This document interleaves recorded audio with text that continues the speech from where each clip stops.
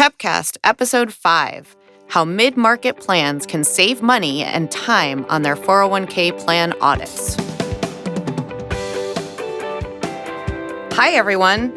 Welcome back to PEPCAST, our audio series designed to get you plugged into everything you need to know about pooled retirement plan solutions. I'm Amy Furness, Director of Marketing Strategy at Ascensus, and I'm here with my co-host, Dale Essenmacher.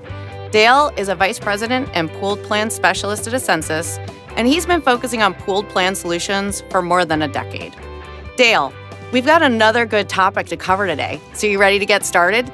Absolutely, Amy. Let's get going. Okay, so today we're going to talk about how mid-market plans can save money and time on their retirement plan audits when they join a PEP versus a standalone 401k plan. Dale, can you give a quick overview and your thoughts on this? I'd be happy to. So today's podcast, we're going to talk about those large plan filers. And just as a reminder, a large plan filer is a 401k plan that has over 100 participant balances.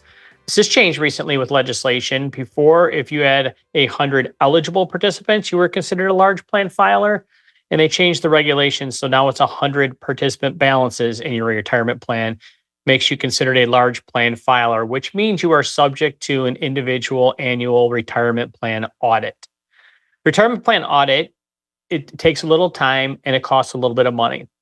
So sort of the logistics of it is the auditor comes into your offices as a business owner, takes about 3 to 4 days of your HR staff offline.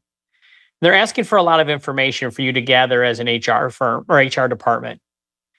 The information that they're asking for allows them to perform this audit. It's a lot of time and a lot of work with HR.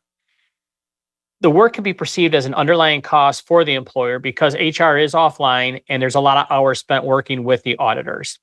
Also, the audit roughly costs between $8,000 to $15,000, sometimes even up to $20,000, depending on the flexibility of your retirement plan and the complexities of that plan.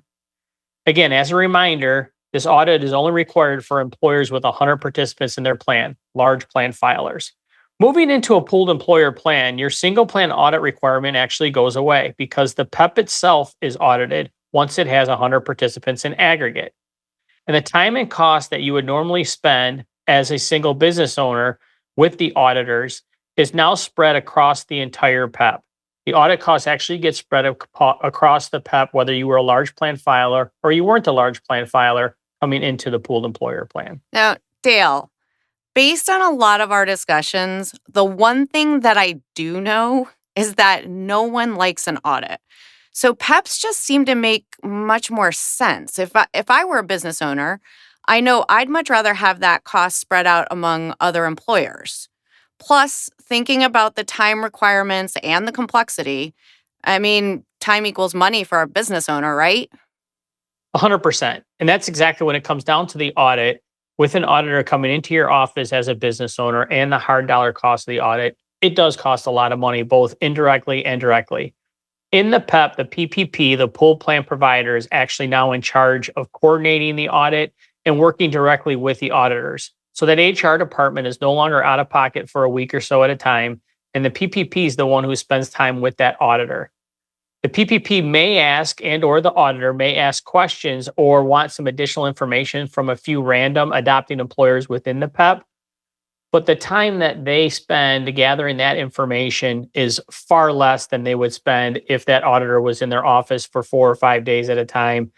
And again, the cost is significantly reduced because we're spreading that cost amongst all the employers inside the pooled plan. Wow, it sounds to me like a pain point that can be pretty easily fixed by moving from a standalone plan into a PEP. Definitely. When we're talking about adopting employers, there is a pain point. When we talk to plans that are large plan filers, if you're either somebody that's approaching the threshold of your first audit or you've had your first audit in the last couple of years, this is a major pain point.